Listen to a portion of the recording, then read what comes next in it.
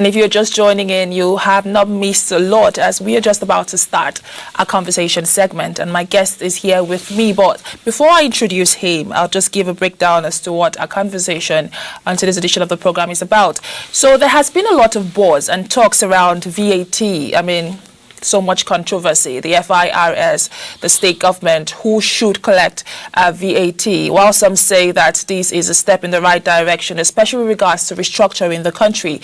Some others say that this is a threat to Nigeria's federalism. What are the implications of this? Well, my guest is right here with me, and he is Aliyu Ilias. He is a financial analyst. Welcome, Mr. Ilias, and thank you for joining us on today's edition of the program. Right, thank you for having me. I'm happy to be here. Thank you once again. And I'd like for us to start with a background, maybe for the benefit of our viewers who do not understand what this is about, and maybe what VAT even means. I mean, value-added tax. Can you give us an economic understanding? What does VAT stand for?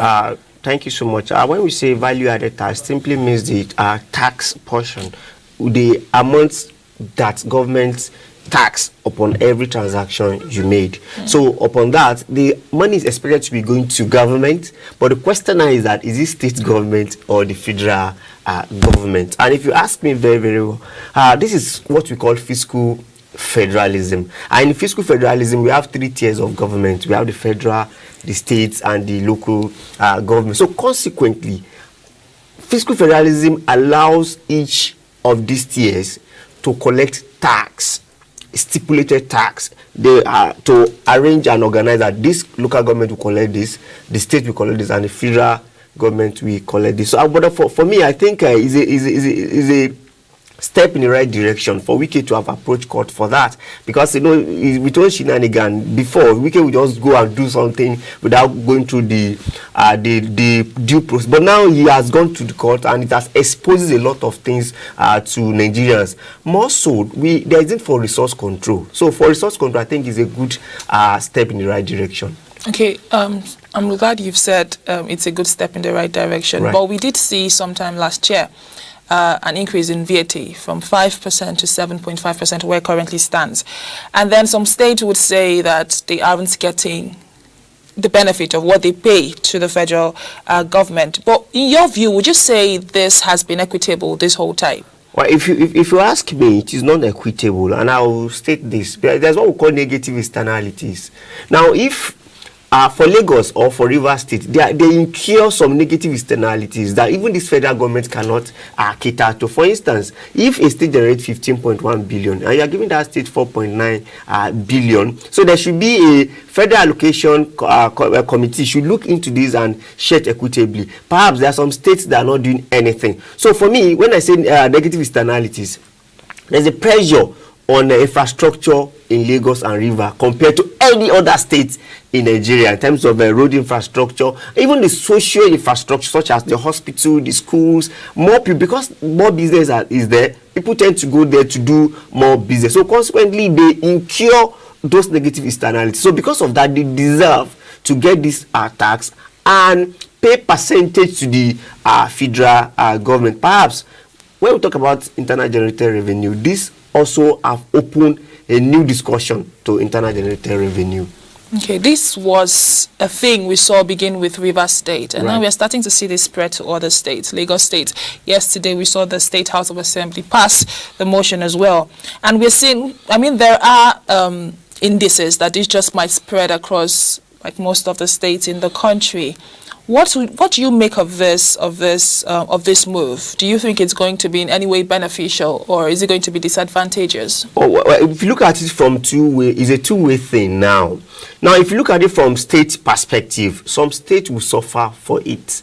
Very, very sure, because now they are using other states' money. For instance, this value-added tax that we're talking about, Lagos and River only contributed over 60% of this amount, and when it comes, it will be shared all over the state. So definitely some states is going to suffer for it, but it opened a new channel again, which is quite interesting. It makes states to now go back and think, how can we generate revenue? Perhaps we are missing something. For me, and from my findings, it's very good if the state is collecting this VAT. Do you know why? To our GDP, we are collecting 6.1% tax compared to gross domestic product. So now if states are collecting this tax, there will not be tax evasion.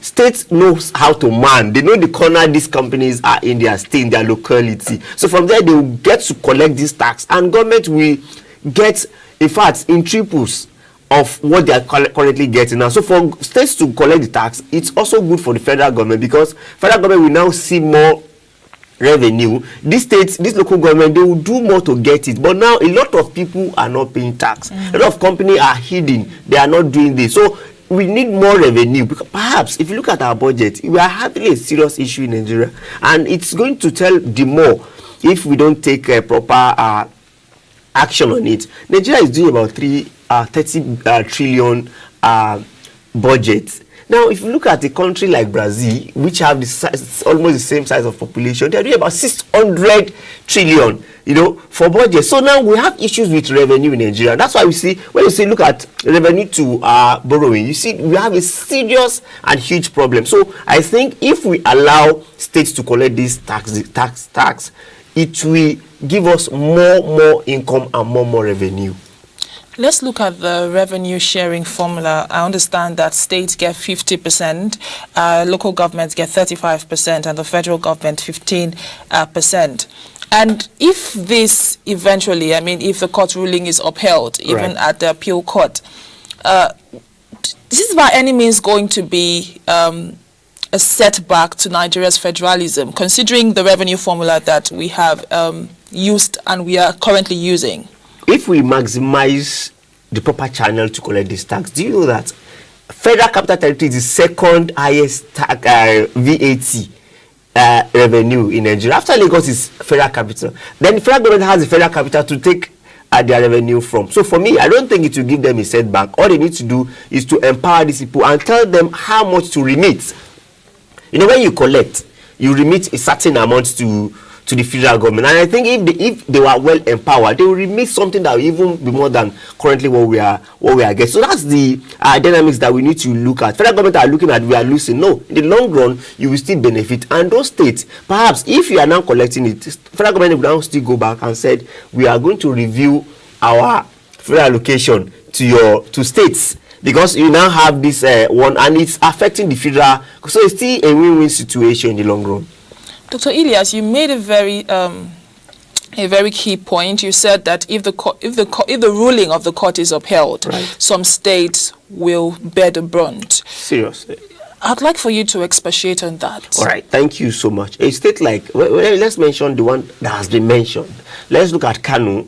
Kano contributed 2.8 billion to federal government, and federal government in turn give them 2.8 billion. Right? A state 49 billion was generated from Lagos State, and you are giving them 9 billion naira. Now, a state like Katsina also is begging the governors already that please don't let us go through this trajectory. If you go there, we will suffer for it, because they can hardly make even 500 million naira in a month.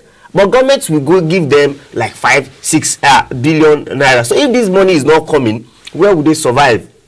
But like I said, it simply means that they also need to look inward. Virtually every state in Nigeria is endowed with one thing or the other. But that's why I always see Governor Arifa as a genius, because you don't only look at what government is bringing, look inward, empowered people. Because when you empower people, I went to one of the northern states in Nigeria, and they have a lot of infrastructure, office, and nobody is collecting it, nobody is using it. So what happened is that you are building houses, you are building infrastructure, you are building offices, you are not building people. That simply means you need to change your direction, build people, empower them, give them business opportunities. Go to Kaduna is another haven for business now. So it means government will in turn get what? Much more revenue. So all these states need to do more to look into internal generated revenue. Perhaps they will block the loophole for corruption. But what does this say about state governments' over dependency on the center? There's been the talk around that for a long time, and states coming monthly for FAC allocation. What does this say about that? Let me use the political lexicon of Ekweremadu. He said we are running feeding bottle democracy in Nigeria. What does it really mean? It simply means federal government is just feeding those those states. This is structural problem. It's a structural problem, very, very instructive. It's a structural problem that we need to look at. Every state should look inward, generate their own revenue, and in turn, they'll give more to the federal government. So I think it's a systemic problem that needs to be adjusted. Look at it very well and tell the governor, this is what we are giving you, this is what we are not giving you. And perhaps it has been even in practice in the regional governments in the olden days, where you have southern, northern, all those regions.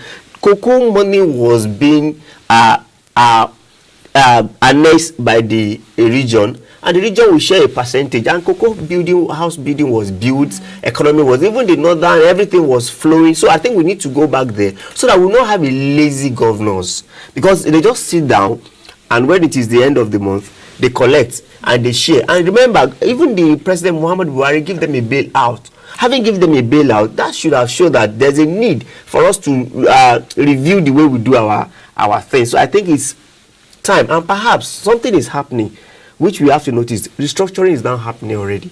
Since we are not going to the normal sitting down together in National Assembly and discuss restructuring, people gradually are going. Even the state government are also suing the federal government on some taxes such as stamp duty, and they're not saying no. The law says you should share this, we should share this. Anyone that happens within the confine of our state, any transaction that happens, we should collect it, not you collecting it. I'm sure by the time they get to the High Court, maybe Supreme Court in the long run, the state will have their way. You can even see the FIRS is running to the National Assembly to have the tax collection in exclusive list, because they know in the long run there's going to be a problem. And I think federal government need not to worry, because you still use federal government money to service states, and you do some of your own implementation of projects. So I think it is what is happening now is timely, and we should salute patriotic Yesom Wiki of Rivers State. Okay. You also have mentioned the stamp duty issue that was raised recently. Right. I mean, this situation has started to open some vistas, things that we hadn't noticed or we hadn't observed this whole time. But let's talk about the law.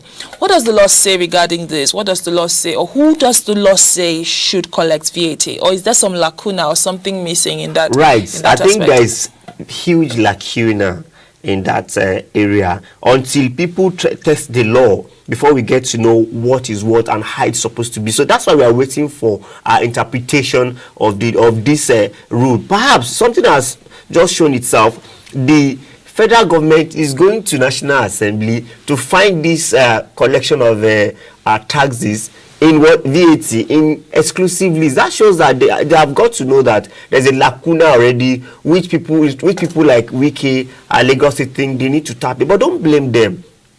Like I told you, the negative externalities they experience is huge. If you come to my locality and you are using my infrastructure and I'm not getting the appropriate fund to prepare more infrastructure to put it, I will just, and if you look at this state, truly, they are overwhelmingly populated. So when you are overwhelmingly populated, that means the social infrastructure, the economic infrastructure are also overstretched. They need to build another one, they need to equip a lot of things, they need to service a lot of things. So consequently, they need more. Perhaps federal allocation account committee, they could review and said, no, okay, let's review. If we get this money, since you are contributing about 60 to 70%, we will give two of you 30%. But I doubt if that will work again. They will not want to come to that table again. Since the law said, Wiki, you can continue to collect your tax until there's another law to vacate this present one. So I think federal government needs to respect the law and allow it to flow. We're still talking on the federal government. What impact will this case have on the federal government's revenue drive? Is it by any means going to reduce what comes to the federal government? Well, if you look at VAT, it contributed about 16% to the revenue of federal government. Which is quite huge. It's huge. It's huge, very huge. So if there is any issue that stops that from coming, it will affect the income of the federal government. It will consequently affect the project they want to implement, and like I said, it's not a big issue for them because they also use this money to service the state. So in the long run, they can also say, states, since you have this income, work more on your internal generated revenue. Perhaps let's even look at equity. You know, a state is about maybe 20 million population. It has a lot of you know, let's even leave Kano and Lagos. Let's go to Kogi, let's go to Gombe, let's go to all these small ones. Now these small ones, what are they doing themselves to make sure they get more revenue? So they must do something to get more. Perhaps this revenue are there, but it's entering to some people's pockets. So by the time there is a lot of opportunity for them, we will now change the sound again. What would the sound be? The sound would be, now we need to monitor those governors as well, because when they have more money, some of them will do what they actually want. So the citizen now need to focus on them. How do you share this money you get, the revenue of the state? So we look into that as well. So it's a new vista of discussion, but first and foremost, let there be true federalism in Nigeria. Let there be resource control to an extent. At least we believe that since we are all Nigerian, people should benefit from what River States are getting. Since they can make more money, people should benefit from what Lagos are getting. But to what extent are we getting all these things? I think that's very, very key. We need to review it. So when you mean review, what exactly are you referring to? Are you talking about a structural? Are you talking about restructuring, like we have been clamoring for? Yes, what is happening is even restructuring, because if government cannot sit down and call people that what do you want, people are now challenging government through illegal means, which is very, very which I want to salute that, because go through the law and said, government, courts, please tell us, is it government is it federal government that will collect this, or we will? So what is happening is restructuring, and it's very instructive. So government should sit down and look at it, that okay, what do we do to really bring this? They should come to round table and say, since we are breaking 60 to 70%, we also review your allocation compared to these states that are not breaking. Like I said, if you look at the cost they are also incurring, the states that are bringing this revenue, you know, they need to service okay, if you go to the federal government port authority, I say you are not going to pass through Lagos State Road. You know, you can't just from Abuja and pick things there. You have to pass through a particular road. So there's a lot of economic infrastructure that are getting that are reduced, that need to be maybe fixed back and what have you. So government should not get fixated that they must collect that money. They should sit down and look at it, because the law has come and people are getting to understand more. Because democracy will only work when you allow a small unit to operate within itself and report back to the center, which is very key. You've talked about sitting down and talking. That's dialogue. Dialogue. How effective will dialogue be at this point, where we've seen the matters already being handled legally? Is dialogue enough, or can it even bring about a lasting solution? This is Nigeria, and we have a House of Assembly that can also come together and promulgate a law. So I think when we say dialogue will still go back to the National Assembly, and National Assembly will review the Federal Allocation Account Committee, review their implementations, and said, no, since we want equity, this state that is bringing this, they should benefit from so and so thing. I think that settled the whole issue. That's what we are agitating for. That's what Wiki is saying, that no, it's not fair. I bring 15.1 billion, you are giving me 4.9. A state that bring 2.8 is getting the same amount. So who is now servicing who? Which needs to be clear. So, and that's what is happening. Ogun State Assembly is going to they have started again to also go to their National Assembly to say, yes, we have the right to collect this money. Lagos has passed through second reading, and I'm sure they will pass the law. And other states are also looking, I'm sure, I should tell you, it's still like Kaduna will also want to go for that, because they believe they can also make enough money within them. So those states that are buoyant, we look at that. But for those states that are not buoyant to be considered, National Assembly needs to intervene and bring an equitable means of sharing federal allocation accounts. Talking about states that are not financially buoyant, Right. What does this say about the clamor for more creation of state? I mean, we have 36 states, and then we have the Federal Capital Territory. But then out of these states, just we don't have so many states who would say generate as much internally. So what does it say about more creation of states, the clamor for more states? Well, I think the clamor for, in a democracy like this, the clamor for states will continue, because some people feel cheated that if we are in our own place, perhaps the zoning we are doing, if some people become in some states, it's a particular ethnic that be ruling all the time. So people keep agitating, but I must tell you, it not work in democracy. So what we need to do is, if you give these people liberty to generate their money and share it themselves, they will be much more equitable, because it's lack of equitable resource distributions that is making people to agitate. For me, I don't think this democracy can actually increase more states. Rather, they will say some states should come together. I doubt if a state can come out of democracy. It's a pretty difficult process itself. Okay, let's look at what we have seen spring out from this case. Of course, we did hear from Governor Nyesom Wike recently, where he claimed that there was an attempt to move the case from Port Harcourt to Abuja. And of course, there are also discussions around the FIR paying tax to either the FIRS or the state government. Even as we have heard from the courts, the federal government is still insistent that you pay to the FIRS. Now it looks as though there's some chaos come from that end. How do we move away from that, and what will be the implication of that? You see, paying tax to states may not even be a big deal. They can still come together and decide to pay it to the federal government, and federal government will in turn return a particular better percentage to them. It still boils down to National Assembly coming together and say, okay, now we don't trust states because they may not declare. That's the problem. The state may not declare all, even up to now, how many states is declaring the actual internal generated revenue. It will be difficult to measure it. But if federal government is not trusting the state, tell the state that don't worry, this money is coming to federal government, and after that we give you maybe 55% of every amount that comes from your state. This also settle it. It's another way to settle it.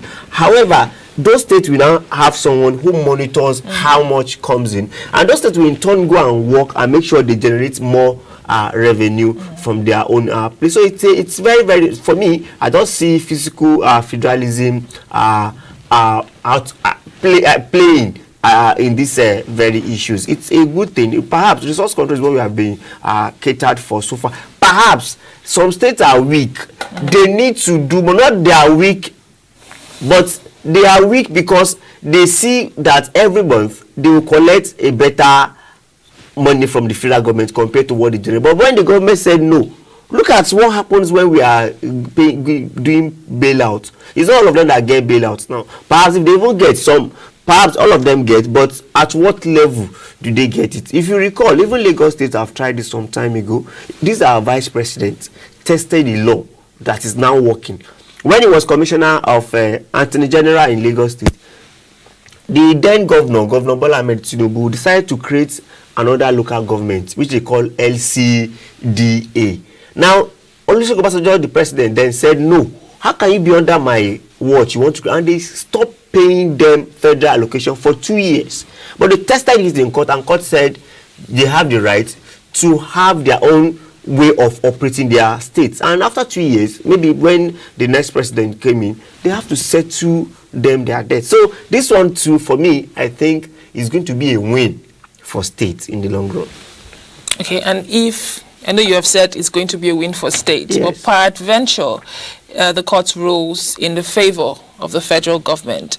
I'm saying, if the court rules in the favor of the federal government, what implication would this have? Should there be some means of, having a better or a more equitable distribution? I'm looking at the bigger picture. When I say win, okay, that win does not mean states will win 100%, but state has shifted from where they are, and government needs to come close to them and rearrange the FAC. You understand? So what will now happen is that state might not get total of what they want, but I assure you, government need to rearrange and reorganize the way they distribute this money, and states that complain, such as Lagos and Rivers and Ogun State, they will now get more, you understand, compared to what they are getting before. perhaps if federal government did not take appropriate step on time, if over 60% of the governors agreed that this is the way forward, I doubt if federal government will have their way. Well, we watch to see what happens with that case. But what are your predictions? What are your expectations? Well, for me, at Federal High Court, I see the state winning. But the issue is that you need to tell the National Assembly as well to make sure that you move VAT collection strictly to exclusive list. So, and which federal government have the power, to use through National Assembly, while the states are using the judiciary, which is the appropriate way. But for me, from the judiciary perspective, the state may have their way, but from the National Assembly, they might move it to exclusive list, except these governors speak to their senators, their representatives to really be power, but mostly they are not always at par. So I see government winning through the National Assembly, and I saw the state winning through the court of law. So far, we have heard from Rivers, Lagos, and I believe Ogun State recently. Do you see other states following suit, even though it may not be beneficial or advantageous to them? Other states will not, or majority of the state, let's put it in percentage, 70% of states will not want to go to that direction because it's going to expose them the more, and their revenue allocation will be reduced considerably. But if you reduce if Lagos can sustain 2 years without federal government financing them, what does that mean? It then means even without federal government, states like Rivers can survive, states like Lagos can survive, Ogun State, Kaduna, all these states that get more revenue, they can survive. So the state that cannot survive, we have to go and fight it and beg them that, my people, please don't do us like this. So let's just enjoy from your own income as well. I think it's very, very okay. Perhaps government, there are some projects that government finance, like federal road, government finances, and it's connected from one state to the other. So federal government need to work more on these governors. Perhaps I don't see this case from PDP APC. That's that, because in the long run it's going to be party line. Some weak case from PDP. So the federal government can talk to someone look up. You are from APC, and what you are doing is not beneficial to our what we intend to run, how we intend to run. So they may later go into party line, which I do not want them to go into party line. Let's look at this thing objectively. Because of one reason, every state will now have to know that you have to generate more revenue, you have to empower your citizen, you have to invest in your state, you have to do business, you have to engage people in something profitable so that you can also get more money. That's the beauty of it. It brings fiscal federalism, and it makes governors to work. Governors will just sit in their office, in their comfortable place, and by the end of the month, they get the money, they share to concurrent, and they share to infrastructure development, and they are ruling. No, it's a place to work. It's not a place to relax and spend the money. You also need to work. Make sure your people are fine, because perhaps look at the issue of security. Do you know how much each governor is collecting on security votes now? It's huge. Perhaps if there's an issue like this, I want us to be taking the lesson therein. For instance, do you know National Assembly is considering if they will allow Amotekun, Ebubuagu, and all these things to approve them to run in the states legally, because they discovered that the security issue is becoming out of hand. So you have to return it back to the locality. So if you are returning that to locality, also return the revenue generation to them. Perhaps, like I said, our budget is poor. For us to have a robust budget that could solve our problem, there is need to collect more taxes. Our tax to GDP is 6.1%. Too poor. Because if you look at our GDP, you look at our tax, it shows the difference is more. If you can have such GDP, you should have enough tax coming in too. So where are the taxes? Is it going to personal people, and is it that we are not collecting it? This is what these issues we expose to us the more. Okay, Dr. Ilias, just before we go, I'd like you to speak to issues around revenue generation at state levels. What are the low-hanging fruits that can be addressed? You talked about harnessing your full potentials as a state, the people, aside from the people, sectors that could be tapped into. So what are your recommendations to this state, of course, that are largely dependent on the center? Well, I would like to advise them to spend their money they're spending on infrastructure on economically viable activities. You know, you can have building to build, you can have a lot of things to do, but they should also do what?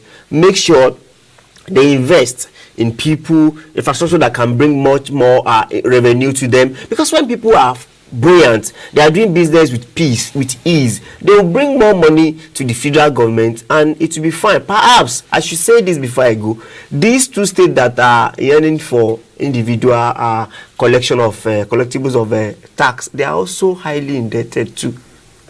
We should just know this. If you look at our external our debts generally, Lagos and Rivers are also very high among states that borrow more. That means they need more money to also build some things in their own area. So it's good they review that federal allocation account very well.